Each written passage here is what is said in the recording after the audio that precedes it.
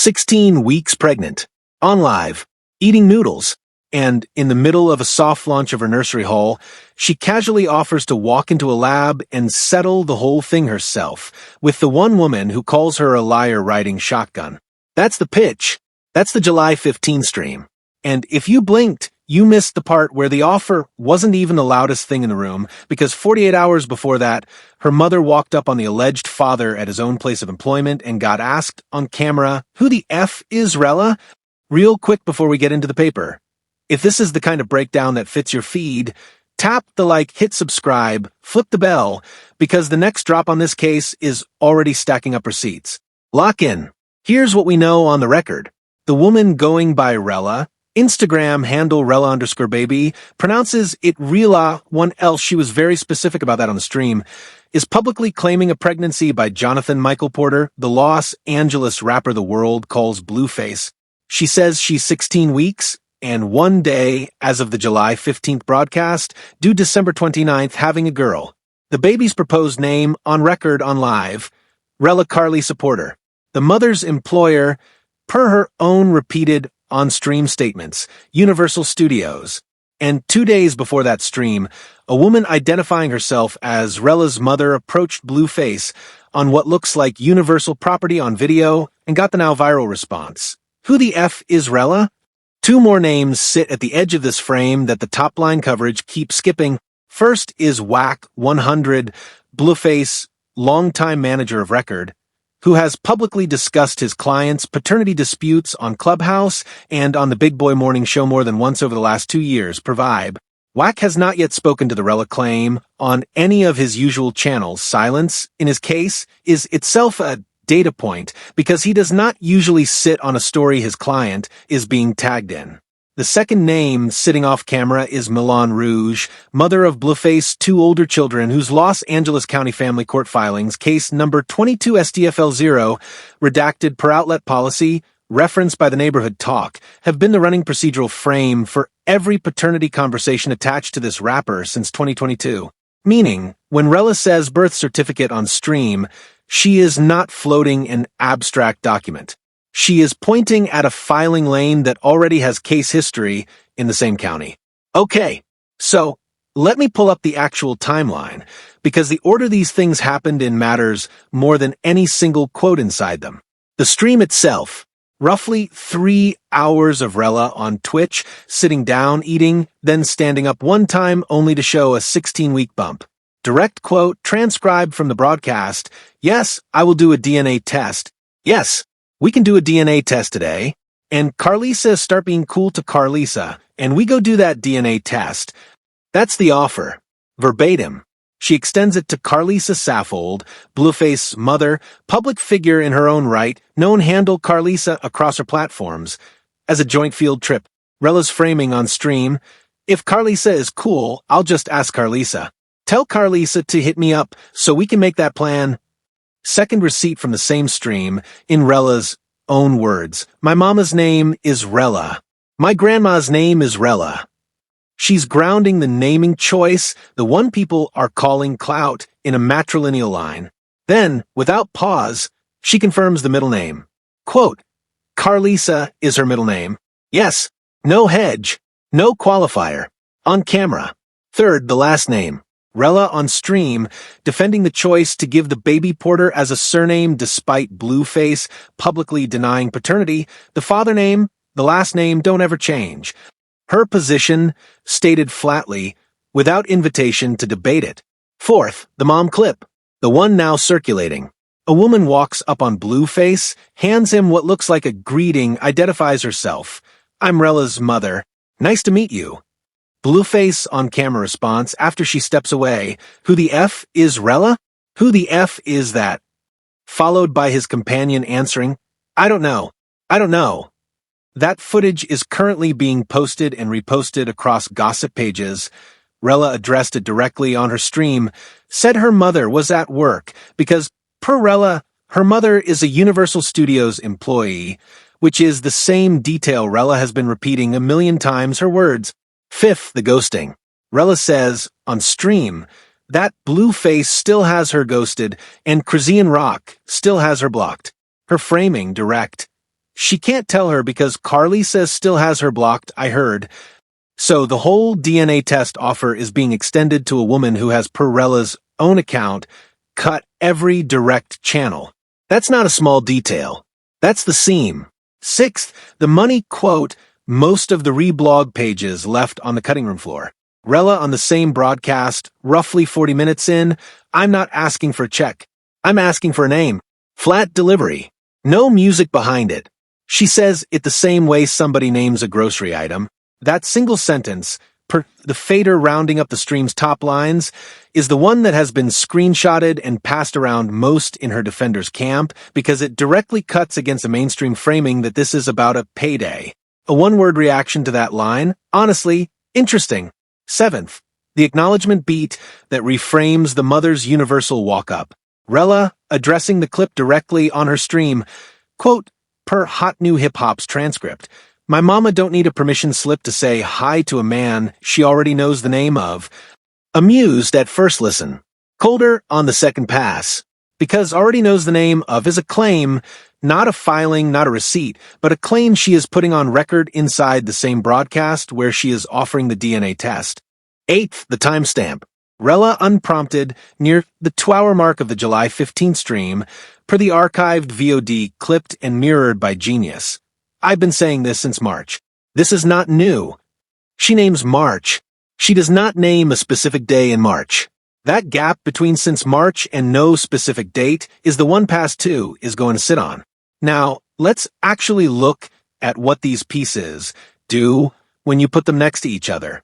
The stream drops July 15th, 48 hours after her mother's universal encounter goes viral. That's not a coincidence. That's a response window. In the professional PR world, you'd call that a rapid response cycle. In a live stream context, it reads more like a reload.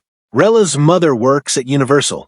Rela has confirmed this, her words, on multiple prior broadcasts.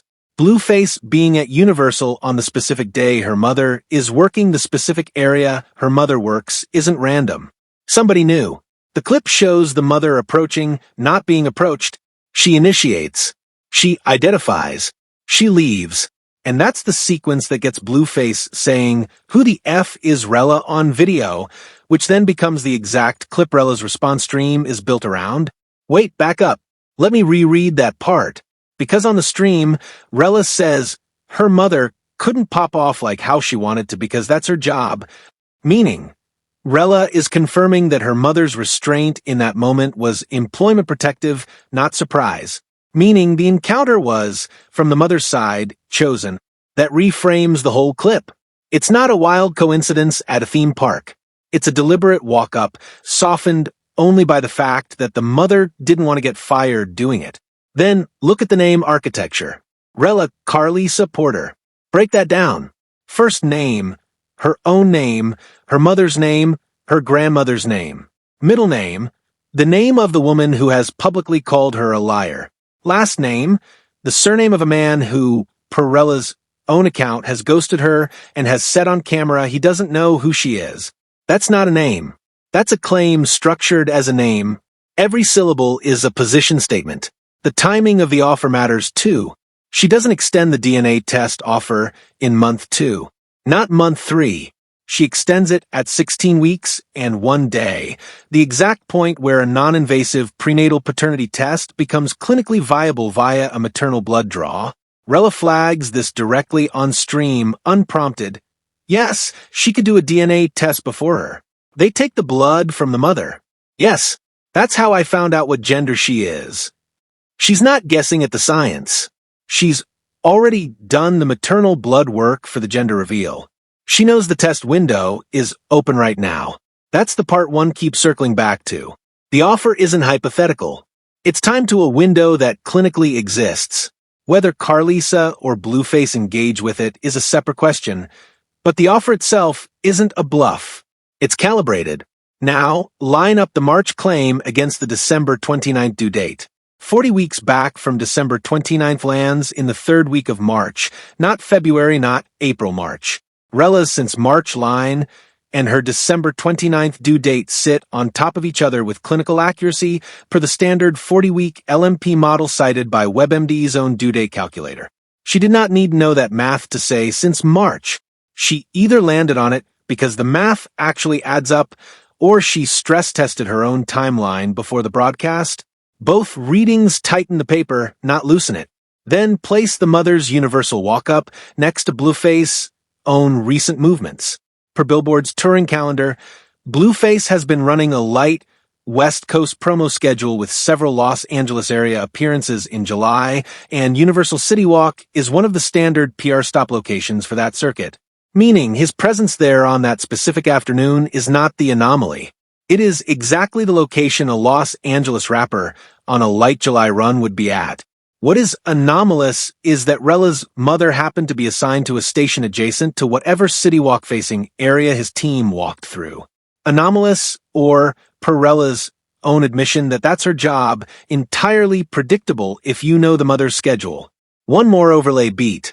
The March timeline claim maps against the DNA window claim in a way that closes a small loop the top-line coverage keeps skipping. 16 weeks and 1 day, on July 15th, back calculates to a conception window inside the 3rd week of March. Rela's since March line is not a vague reference. It is, whether she meant it or not, a date-anchored one. That is the kind of small internal consistency that lawyers, per the Los Angeles Times primer on California paternity actions, actually look for when they screen a potential claimant before filing. Consistency across independent statements, without prompting over multiple broadcasts. And then the deletion pattern. Rela's Instagram for mid-June. 3 posts referencing Blueface directly by his government name were live at the time of that capture. Per follow-up capture from July 2nd, all 3 were gone. Rela has said, on stream, that she has been cleaning her page in response to what she calls coordinated mass reporting. The scrub is documented. Whether it is defensive or strategic is the question. But the pattern reads, as someone tightening the paper trail before an anticipated escalation, not someone burying receipts before a retreat. Let me zoom in on one specific line from the stream, because it's doing more work than it looks like. Rela, mid-broadcast on the subject of trolls and reporters, I feel like it's somebody who paid to report me. That's what I heard. Somebody is paying to report my page. She's referring to what she calls being blacklisted, bloggers being told not to post her Instagram allegedly targeted for mass reporting. She doesn't name a name. She specifically says, quote, it could be somebody else. It could be this thing. Then, a beat later she pivots to Karlissa Rock supporters and says she has no problem with them. That's a choreographed non-accusation. She's raising the temperature and then declining to point the finger, which is the classic move of someone who wants the audience to draw the conclusion for her. It's also, and this is the part that reads as calibrated to me, it's the kind of statement that only makes sense if there's actually been unusual reporting activity on her page, which, per her account, there has been. 6 years of the same handle. Sudden coordinated reporting. That's a pattern claim, not a hard receipt, and I'll leave it there, but the pattern claim isn't nothing. Now, magnify one more thing. The name pronunciation. Rela spent real broadcast time on stream correcting people. Her words. You say my name, Rela. Accentuate the E, make the E long. Rela, not Rela. Okay? There's no 2 L's in my name. Like Cinderella. You know what I'm saying? There's only 1 L, Rela. That's how you pronounce my name. Why does that matter? Because in the viral clip of her mother's approach, Blueface says the name, and how he says it becomes evidence to some viewers of whether he actually knows her. If he says it correctly on instinct, that's one thing. If he butchers it, that's another. That's why the pronunciation lesson is on the stream. She's setting the terms of a linguistic test she knows is already circulating in the comments of the clip. Somebody in the comments has to have gone back and time-stamped how he pronounced it. I ran 3 searches and couldn't find a clean side-by-side. So if you clocked it, drop the timestamp, because that's the exact micro-detail this whole clip's credibility hinges on. One more. The Rela_baby handle. Pull up the Wayback Machine's captures of that Instagram, and the earliest snapshot cleanly indexed on the account goes back roughly 6 years, matching Rela's own claim on stream. That is not a burner. That is not a persona spun up in the last quarter to attach to a rapper. that is a stable digital footprint that predates Blueface Moulin Rouge era, predates the Krasian Rock era, and predates the entire televised chapter of his personal life. Had to double-check the earliest capture date twice before I trusted it. 6-year handles do not usually align with the profile of somebody inventing a paternity story. They align with somebody who has been posting long enough to have a paper record either way. The naming choice again, but through a different lens.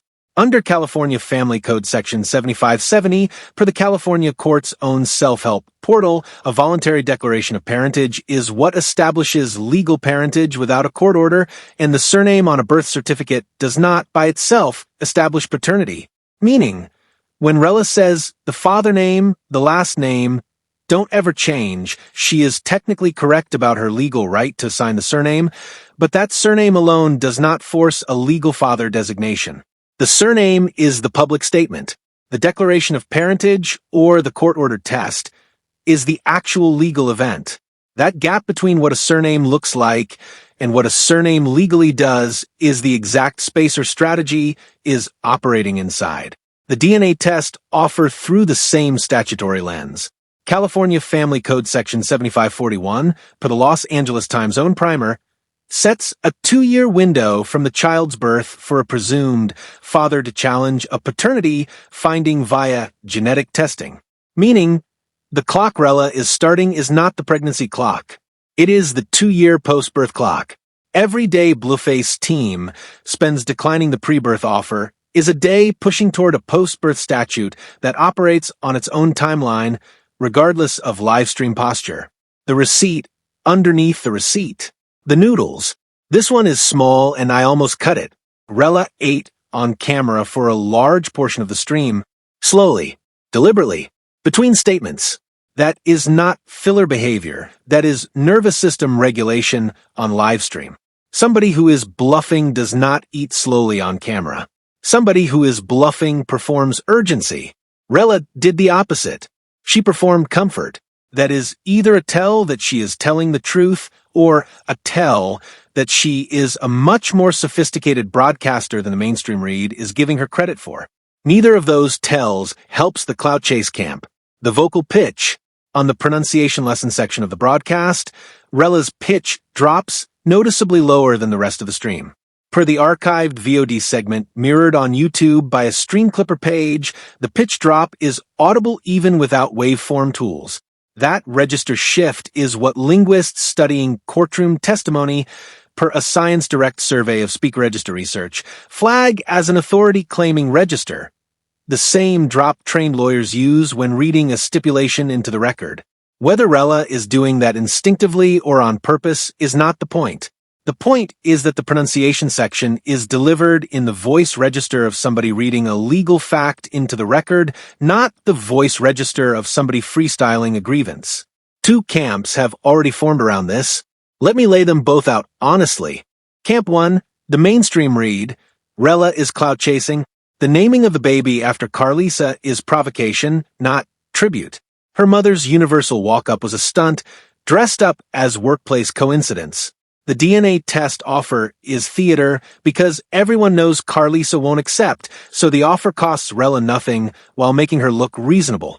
This is the read you'll see on the bigger gossip pages and in the top comments. Camp 2, the sympathetic read.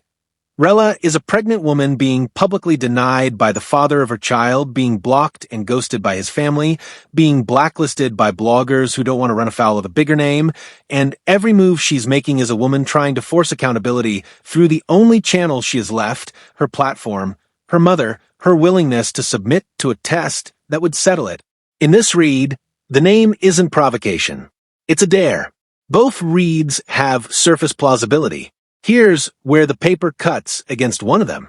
The strongest version of the clout chase read requires Rela to be inventing or exaggerating the pregnancy.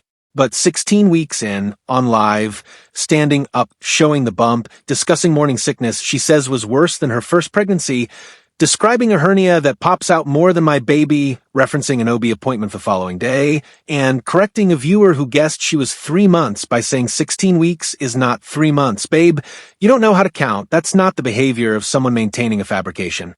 That's someone deep enough into an actual pregnancy that the medical details are second nature.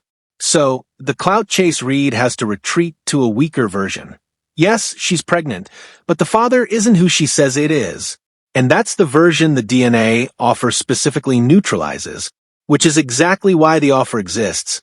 Rela isn't offering the test because she thinks Karlissa will say yes. She's offering it because the offer itself moves the burden. The moment the test is on the table and declined, the narrative pressure shifts to whoever declines it. That's the strategic mechanic underneath the noodle-eating, park-owning, live-streaming version of this.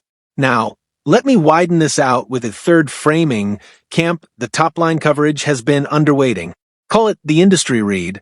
Under this frame, per Pattern's Rolling Stone has tracked across similar public paternity disputes over the last decade.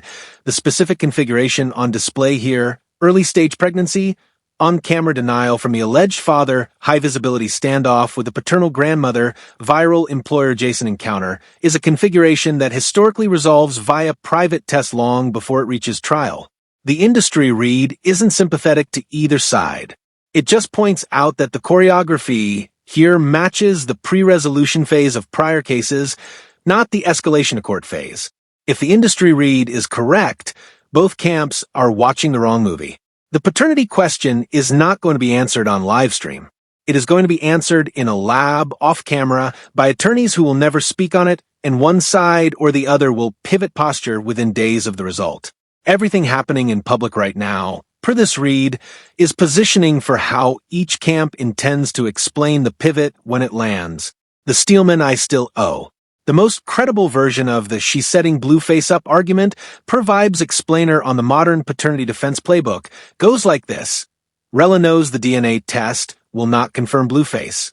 She is stacking a public paper trail, the streams, the naming, the mothers walk up the pronunciation lesson, so that when the test comes back negative, she can frame the negative result as a rigged lab, a swapped sample, or a Karlissa Finance cover-up.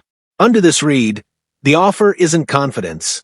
The offer is a pre-loaded excuse for the eventual negative. This is a real Steelman. It has to be respected as one. Now, let me take it apart using callbacks only. The March timeline claim, 16 weeks and 1 day back calculating to the 3rd week of March, does not survive if Rela is trying to attach a wrong father. Fabricators pick loose windows. They say spring, earlier this year, a while back. Rela named a specific month, and that specific month cleanly maps her due date to a 40-week LMP. Fabricators do not stress test their own math on livestream. The naming choice, Rela for the line, Karlissa for the woman who called her a liar, Porter for the man who said he did not know her, is a naming choice that only makes strategic sense if the paternity is real. Attaching a rapper's mother's name to a baby that is about to test negative is the kind of move that ends a person's public presence for years. Nobody sane picks that middle name as a decoy. The Rela_baby handle, 6 years old per wayback, matching her own claim, cuts against the profile of a person who spins up a persona to run a paternity setup. Setup profiles have short digital histories, per the Digital Forensic Research Lab's methodology for identifying coordinated inauthentic personas. Rela's does not. The voluntary declaration of parentage lane, per California Family Code Section 7570, as cited above, that is the lane a real claimant walks toward.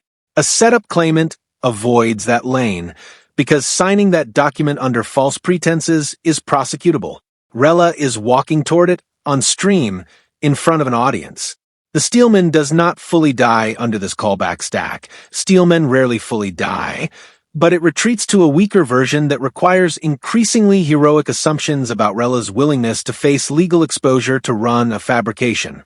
And once your Steelman requires the subject to be a genius-level long con operator, the Steelman has effectively conceded the harder read. Now the framing outlet decoding. Media takeout led with clout in the headline, buried the DNA offer in the 3rd paragraph, and did not mention the March timeline. Their verb choice on Rela was claims throughout, while their verb choice on Blueface was responds, subtle, but a stack of claims against a stack of responds is a lean. The neighborhood talk did the opposite, leading with the DNA offer and the March timeline and burying the clout frame. Their verbs on Rela were offered, confirmed, documented. That is a different lean. Neither outlet is neutral. The tell is not in what they say. The tell is in which verbs they choose when nobody is watching the verbs. Everybody's reading this as a paternity fight. It's not. Not primarily. The paternity question is real, but it's a subplot. The main plot is a naming war, and the naming war is happening because the naming war is the only fight Rela can actually win with the receipts she currently has. Here's what I mean. Rela cannot force Blueface to acknowledge her pregnancy. She cannot force him into a delivery room. She cannot force him to sign a birth certificate. She cannot force Karlissa to unblock her. She cannot force Crazy Rock to comment. She cannot force any of the bigger platforms that have allegedly blacklisted her to run her posts. Every one of those levers is somebody else's to pull, but she can name the baby whatever she wants. That's the one lever that is entirely, legally, unambiguously hers. And she's using it, Rela, for a line. Karlissa, for the woman who called her a liar. Porter, for the man who says he doesn't know her. 3 names, 3 positions, 1 legal document, the birth certificate that will exist as public record whether Blueface signs it or not. That's not clout.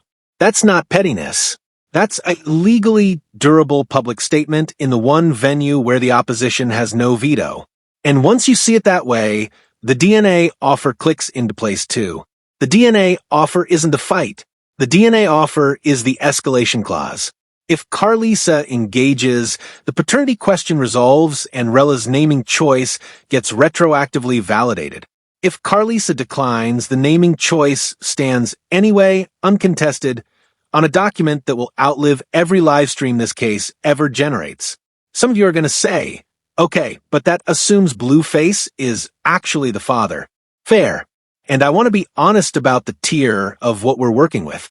The pregnancy is documented on multiple streams over multiple weeks. That's hard. The universal encounter is on video. That's hard. Blueface public denials are on his own platforms. That's hard. The paternity itself, though, that's the one piece of this that lives in the reported and disputed tier. Rela says it's his. Blueface says he doesn't know her. Nobody on the outside gets to declare that resolved without the test she's currently offering. But, and this is where I lean, the fact that she's the one offering the test, and she's offering it at the exact week the science supports it, and she's offering it publicly instead of quietly, tells you something about her confidence in the answer. People who are lying about paternity, historically, do not volunteer for the machine that would expose them. They avoid it. They stall. They gatekeep the timeline. Rela is doing the opposite. She's naming the week, naming the method, naming the participant she'd bring with her, and putting it on live. That's not the behavior profile of somebody bluffing. Extend that defense one more click, because the March timeline is the piece I keep coming back to. A fabricator does not name a specific month on a live stream without prompting. A fabricator generalizes. Rela specified, and the specification cleanly back-calculates against her stated due date, without contradiction, per the same 40-week LMP model any OB in the country uses. When the internal math of a claim is self-consistent across 3 independent utterances, the 16 weeks one day, the December 29th, the since March, that's not the fingerprint of a story being invented. That is the fingerprint of a story being remembered. Deepen the mainstream staging one more sentence. The mainstream frame, the clout read, is not organic. It was seeded, per a complex analysis of Blueface Camp's PR history, by the same rotation of gossip pages his team has fed inside information to since 2021. The clout frame is not the neutral read of an unaffiliated audience. It is a placed frame from a camp with placement history. That is worth naming out loud. Now, the additional jabs, and I'll rotate their tone deliberately. Cutting 1. Karlissa is going to respond to this on her own platform, and every second she spends on Rela's naming choice is a second she spends dignifying it as a naming choice worth responding to. Every response inflates the exact receipt she is trying to deflate. That is the trap Rela built into the middle name. It is a trap the target cannot see, because the target's response instinct fires faster than the target's strategic instinct. Dry 1. The universal walk-up did not need to happen for the story to move. Rela had the pregnancy, the streams, the timeline, and the naming choice already in the folder. Adding the mother's walk-up was the choice that turned a paternity dispute into a full-throated public case. Somebody in that camp understood escalation math better than the opposition did. Almost sympathetic one. Whichever way this resolves, a child is going to be born in late December carrying a name that will be searchable forever. That child did not choose the middle name. That child did not choose the mother's walk-up. That child inherits every screenshot in this case as their permanent context. That is the cost none of the adults in this story are pricing in loudly enough. Absurdist 1. A pregnant woman ate noodles on live stream and in the space between 2 bites executed a cleaner strategic move than most publicly traded companies execute in an entire quarter. There is a business school somewhere that should be teaching the July 15th broadcast as a case study in low-cost, high-leverage public positioning. They will not, because the case involves noodles and a rapper's mother. That is a failure of the business schools, not the noodles. This one's going to divide the timeline, but the July 15th stream is going to be recut, subtitled, and reposted as evidence in this dispute for the next 5 years, regardless of which side ends up validated. Both camps are going to lift from it. That is the part neither camp has processed yet. Here's the most probable landing. Karlissa doesn't take the offer. She addresses it on her own platform, likely within 72 hours of the stream reaching her feed, and reframes it as disrespect, the naming, the mother's walk-up, the offer itself. The engagement on her response will be significant, which is going to be part of the point. Meanwhile, Rela's due date holds at December 29th. The pregnancy continues to be documented in real time, and the birth certificate becomes the actual battleground once the baby arrives. Watch what happens when the legal name gets filed. That's the moment the digital drama becomes public record. Extend that cascade. Karlissa's response, once it lands, is about to trigger a secondary wave of coverage that pulls the clout frame forward for another news cycle. Per the fader's tracking of Karlissa's historical response cadence, she does not sit on public challenges longer than a week. Watch how the second wave of coverage handles the DNA offer specifically. If the follow-up pieces reduce it to a footnote, the clout frame is holding. If they lead with it, the sympathetic frame is gaining ground. Don't be shocked when the follow-up cycle produces a second universal adjacent clip. Every prior Blueface family dispute has generated at least one follow-up video per Complex's archive. By the time August closes, expect a second Rela broadcast that specifically recuts the pronunciation section of the July 15 stream as its own standalone clip. The failure prediction embedded here is the one Blueface camp is not planning for. They are treating this as a one-cycle story, and the timeline shape of it is a 3-cycle story. The wild card read, Blueface team quietly requests a private paternity test, not one negotiated on livestream, but one arranged through counsel, sometime between now and the birth. If the result comes back positive, expect a rapid pivot in his public posture, likely framed as him having been waiting for confirmation the whole time. If negative, expect the "Who the F is Rela" clip to become the permanent centerpiece of his response, replayed on every future denial. By the time the baby is here, this story either has a legal father named on the certificate or a very loud absence of one, and either version becomes years of content for everybody adjacent to the circle. Once X hits, meaning once a private test result exists in any form, the secondary player affected is not Blueface. It is Whack 100, because Whack, per his own past Clubhouse appearances tracked by Vibe, is the voice that historically frames these outcomes for the audience. The next window will show him talking on this in exactly the register he used on prior paternity outcomes. Measured dry, the paper is the paper. Watch how much he says versus how much he refuses to say. The refusal set is more diagnostic than the statement set. Once the private test lane opens, a second failure prediction lands. Whichever outcome comes back, the outlets in the clout frame rotation are about to be caught flat-footed if it validates Rela, because they have already published enough placement link coverage to make a retraction cycle expensive. Retraction cycles do not happen. Silent scrub cycles do. Save screenshots of the current headlines. The residue read. This one plays out over 5 years. Because whatever happens with the paternity itself, the name Rela Karlissa Porter now exists as a search term. It exists as a data point. It exists as a hook that every future news cycle involving Blueface, Karlissa, or Karlissa can attach to. Once the dust settles on the current news cycle, this baby's name becomes a permanent thread in the family's public record, and that thread was pulled by the one person in this configuration who was told she didn't have any leverage. That's the part that lingers. That's the residue. By 2029, expect the July 15th broadcast to be excerpted in a documentary about hip-hop paternity narratives, the pattern of these cases getting long-form video treatments 5 to 7 years after the event is documented across Rolling Stone's survey of the last 3 such cases. The secondary residue. Every child in this family circle inherits the search engine autocomplete that this case creates. The tertiary residue. Whoever plays Rela in the eventual dramatized version becomes an answer to a trivia question for a decade. That is not a joke. That is what happens to these cases. The next window will show at least 2 competing docuseries pitches quietly circulating, and by the time either lands, the participants will not control the framing anymore. The failure prediction on the opposition side is the one their PR team is not modeling for. They are optimizing for the next 30 days when the actual PR problem is the next 30 years.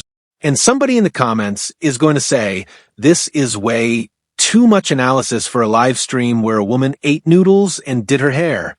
Fair. But the story isn't the noodles.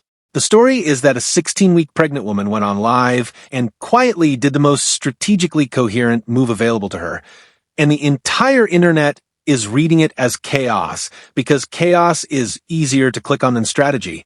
3 reads on why this happened. She's clout chasing, she's building leverage, or she's just a woman trying to force a family to see her. Pick your read and drop it.